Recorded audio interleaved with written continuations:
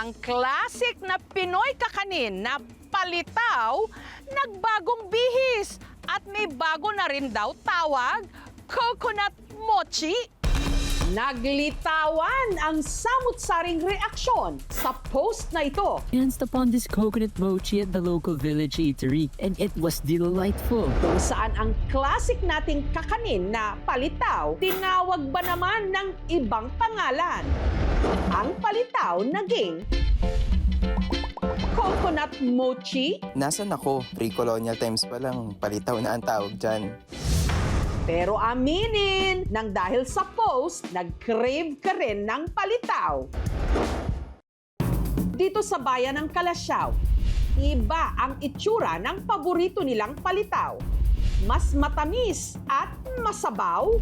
Parikoy ang tawag nila rito at tawag din naming mga Ilocano, masikoy.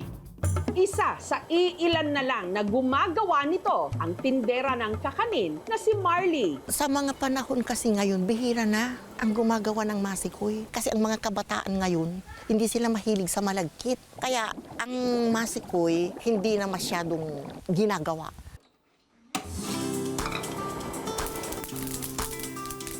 Dapat medyo golden brown.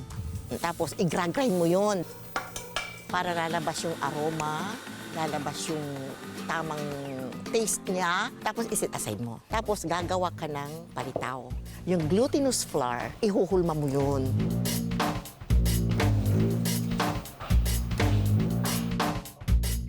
Pag nahulma mo na, isit aside mo ulit. Tapos maglagay ka sa kasirola or sa kawali ng water. Lagyan mo ng nyog. Tapos lagyan mo ng sugar.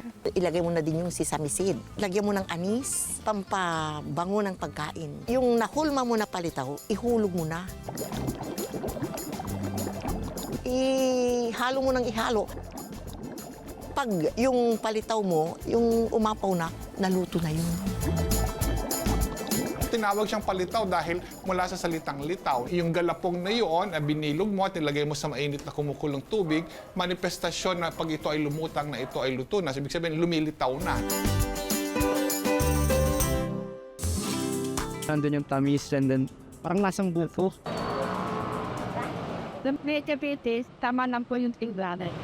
Taong 2020 lang daw nang aralin ni Marley ang pagluluto ng masikoy na madalas daw noong craving ng yumao niyang tatay Manuling. Ang father namin noon, mahilig sa kakanin. Masarap ang pakiramdam na yung taong mahal mo, ipinagluluto mo. Tapos ino-offer din namin sa ibang customer din namin, nagugustuhan din nila. Pero para hindi maumay ang kanyang mga suki, ini-level up at ginawan din niya ang kanyang palitaw ng samut-saring flavors, ube, mangga, at pandan.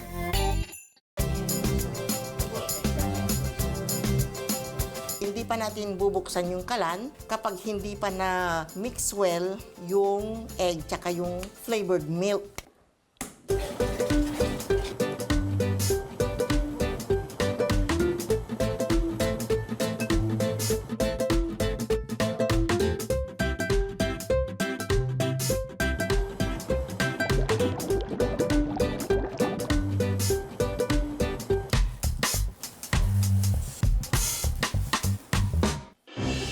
So, digit po siya sa ngipin. Yung nasa ilalim niya, lasang-lasa na ube. Ito, promise masarap. Colorful siya, nakaka-attract talaga. May nakakatikim na new generation at nagustuhan nila. Siyempre, proud ka. Dito sa kainan ni Rod sa Mount Banahaw, araw-araw silang may iniluluto sa kanyang kawa. Pero hindi raw ito gamot o gayuma, kundi pangmeryenda. Isa itong klase o bersyon ng palitaw na nagpapatamis daw ng mga ngiti ng mga tiga-probinsya ng Quezon. Ang tawag nila rito, sinulbot. Dito sa Quezon, pag sinulbot, talagang ito ay terminong tumutukoy dun sa proseso ng pagkakalamay. Ibig sabihin nito ay pagpapalutang ng galapong dun sa gata na merong asukal. Una munang inihanda ang galapong, ang malagkit na bigas, ibinabad sa tubig ng 4 hanggang 12 oras. At saka dinala sa bayan para doon ipagiling.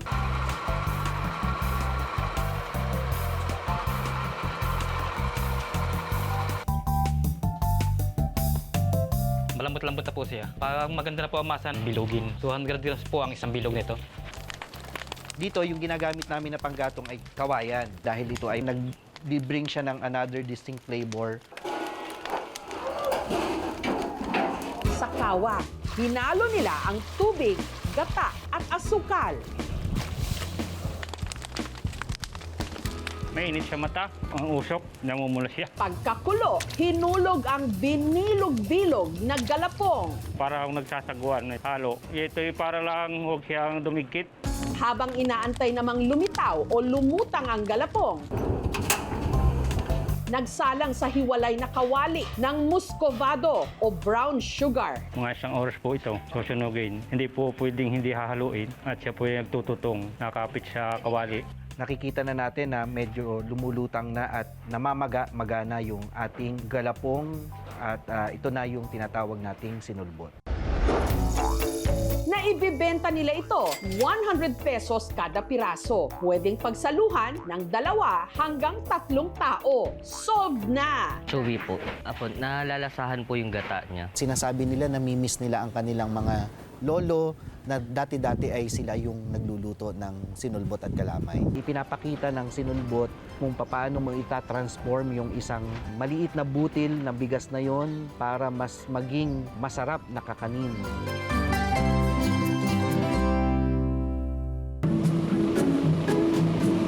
Tiga pinagbuhatan Pasig namang sikay. Malaki ang pasasalamat sa palitaw. Ang hamak na kakanin kasing ito ang naging daan daw para malasap niya ang tamis ng tagumpay. Dating sales promoter si Kai, pero ang kinikita niya raw noon hindi sapat sa pang-maintenance ng kanyang kapatid na na-stroke. Mas nalubog pa raw sila sa hirap nang namatay ang kanyang ina. Yung mother ko is meron siyang sakit sa baga. Dumating kami sa point na yun ang hihingi ng mga tulong sa mga friends. Kaya sabi ko nga, hindi habang buhay na dito tayo sa ganitong hawak din natin yung paano tayo kikita. Ang 200 pesos niyang pera noon, ipinuhunan niya para makapagbenta ng palitaw. Nag-research ako, inaral ko rin yun. Mula sa 200 pesos na puhunan, kumita raw sila ng 30,000 pesos sa loob lang ng isang buwan. Pag gumawa ka, manalo te, sarap. Tubong lugaw, palitaw. Kung maramihan, syempre, merong malakas, 2,000 to 3,000 a day. Meron ding mahina, 1,000 pababa. Nakakatulong nga siya sa buhay namin, magkakapatid. Ang kanyang palitaw, ginawaran pa ng parangal. Maganda kasi siya kasi napopromote mo yung Filipino culture natin. Tawagin mang coconut mochi ng mga bata ngayon. Alam na des, unang kagat pa lang, palitaw yan! Uso pa rin ang mukbang, sabay food vlogging, katulad ng ginawa ng tiga Palawan na yun nga lang, nadali o nakakain ng nakalalasong alimango. Good morning, guys! Narami karon guys sa Kabakawan, guys. Mga onmi karon. Ang minumukbang ng vlogger na ito, samut-saring seafood, fresh from Puerto Princesa City, Palawan. Kaon sa og lato ko may time. Yung nilot guys. Ligatan, aliporo, nga na isaang. Ang among sudan may uga, may saging, may suwaki, guys. Sa video namang ito, ang kanya raw minumukbang, di umano, alimango, makikitang napapikit pa siya. Sa sobra raw sarap. Ang content niyang ito, nakabingwit ng milyon-milyong views. Pero ilang araw lang matapos na i-post ang video, nabalitaan na lang na ang mukbanger namatay. At isinare pa ng international sites. Nalason daw kasi siya ng kanyang minukbang, di umano, ng isang may sa demonyong alimango. Pagkain lang po ang dahilan na wala siya sa akin. Gaano katotoo na na-vlog pa ng biktima ang pagsipit sa kanya ni kamatayan? Hi! Nana po mo palit, guys! ang sinawimpalad na vlogger, tindera mula Barangay Luz Biminda na si Emma. Gamay na lang, isa na lang kautong, human na, ubos na. Nagsimula ang kwento sa nahuli ng kanyang anak na mangingisda na si James. Yung alimasag, mga 15 to 20 po piraso. Alam naman namin paborito ni Mama, kaya po dinala namin. Pinaluto niya po kay Papa. Mali, mga isang mangkok po. Pagtapos niya po kain, sabi niya parang ano daw po, nang mamanhid daw po yung mukha niya, yung balat niya parang ininat daw po. Parang nahihilo daw po siya, parang mamamatay daw siya ng walang kalaban-laban, ma'am. Yung asawa ng kaibigan niya, ma'am, nagkudkod ng nyog, pinakain namin. Tapos din yun, sumuka na siya, ma'am. Pagtingin ko ulit sa kanya, ma'am, parang iba na yung itsura ng mama ko, parang kasi nangitim na po yung dito niya. Pumunta po kami ng City Light. Habang nagbibiyahe kami, ma'am, paigpit yung yakap niya sa akin. Tapos nagsasabi siya sa akin na anong mangyari, wag ko raw siyang patutubuhan. Pero dahil kulang sa gamit ang kanilang satellite health center, kinailangang ilipat si Emma sa mas malaking pagamutan. Pagdating namin doon, critical na yung pasyente ko. Si Emma, tuluyan ng binawian ng buhay. Lutang ako, ma'am. Sabi ko, mahirap lang tayo, ma, pero bakit mo kami iniwan? Sakit nga lang, bumitaw siya.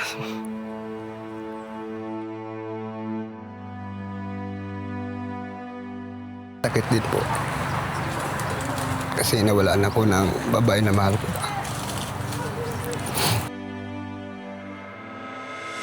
Doon na nila nakumpirma na nalason nga ito ng kinain niyang alimango. Pero anong klaseng alimango ba ito? Ang hindi alam ni James, napaka-toxic ng alimangong ito. Hinding-hindi dapat kinakain.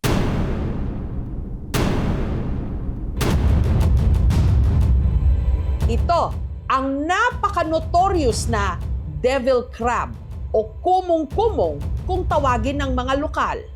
Medyo may konting bukol-bukol po siya or protruding po yung kanyang carapace. Striking color niya is medyo ma-reddish, ma-brown, or ma-orange. Meron niyang tinatawag na neurotoxins. Dahil nga ito ay neurotoxin, tinatamaan ng nerves, expected na yung pasyente ay makakaranas ng pamamanhid ng bibig, ng dila, pagkabigat ng muka. Pag matindi na, yung muscles sa paghinga ay hindi na makakakilos. At mahihirapan ng huminga ang pasyente, eventually titigil sa paghinga o yung tinatawag na respiratory arrest. At napag-alaman ng aming team na hindi pala si Emma ang unang nabiktima ng kumong-kumong sa kanilang barangay. Pangatlo na siya. Unang-una, may namatay 2002. May kumain na isang matanda na babae. Nasundan din ng 2025.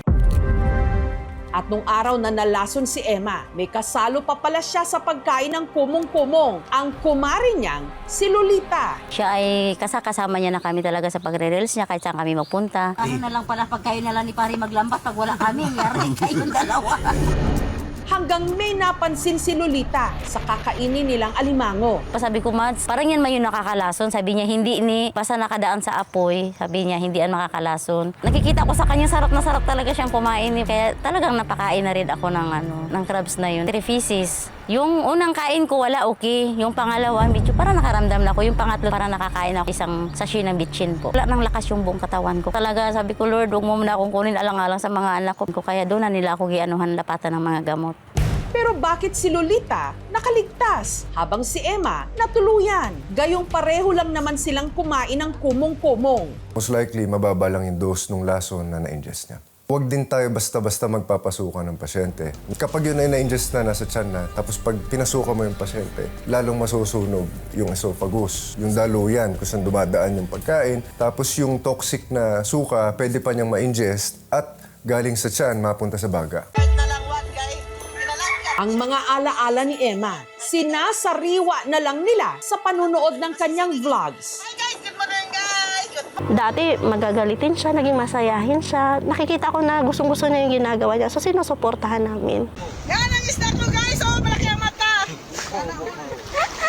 Tapos sinasabi niya sa akin, anak, pag nagsahod ako sa vlog ko, ililibre kita. Gusto niya makilala siya. Tapos sa ganitong paraan pa. Ang dami ng mga vloggers, ginagawa siyang content. Yung sobrang sakit po sa na pag nagsisearch ka sa True Google, devil crab, mukha niya yung makikita mo. Ay hapon guys! Oh. At hindi rin daw totoong ivlinag ni Emma ang pagkain ng kumong-kumong na nagpaalarma sa ilan. Nais din daw nilang linawin na ang kinakain ni Emma sa nag-viral niyang video, Magkakuha ng sili. hindi ang nakalalasong alimango, kundi ang shellfish na saang o ranga-ranga na ligtas namang kainin. Nakakasakit nga lang po kay napakalat sila ng maling balita. Sana po, inalam po muna nila. Walang actual video ng pagkain mismo ni Emma ng devil crab. Samantala, sa pag-iikot ng aming team sa Barangay Luz Viminda, napag-alaman nilang marami pala sa mga residente rito, hindi rin pamilyar sa kumong-kumong. Marami namang mangingisda na hindi lahat sagad sa kalaman pagdating dyan sa devil crab. Hindi ko alam kung ano po ang itsura niyan. Ito po ay hindi lumalaki, 6 na sentimetro or 2.36 inches lamang. Ang pamunuan ng Barangay Luz Viminda nagpaskil ng mga poster na nagpapakita ng itsura ng kumong-kumong. Pag nakikita nila yan, alam na nila na hindi yan kinakain. Kapag hindi natin kilala, pakiramdam natin ay devil crab siya, huwag na nating kunin sa dagat at itry din kainin. Kahit nalutuin siya, hindi pa rin nawawala ang toxin, kundi nandoon pa rin siya sa devil crab.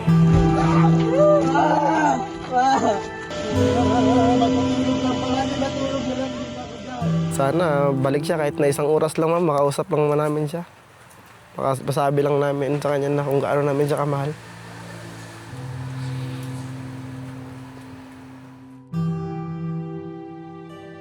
Kung ano yung achievement ko, alam ko masaya siya. At ako nang bahala sa mga kapatid ko, sa papa ko. Hindi kayang patayin ng apoy ang laso ng kumong-kumong. Pero kayang patayin ng kaalaman ang maling akala. Mag-ingat, maging mapanuri, at tandaan po ang itsura ng alimangong ito. Huwag na huwag kainin dahil nakamamatay.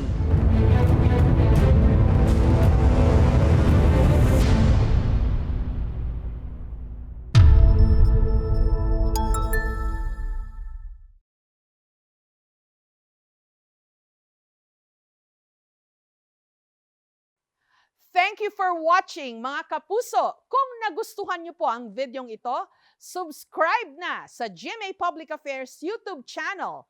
And don't forget to hit the bell button for our latest updates.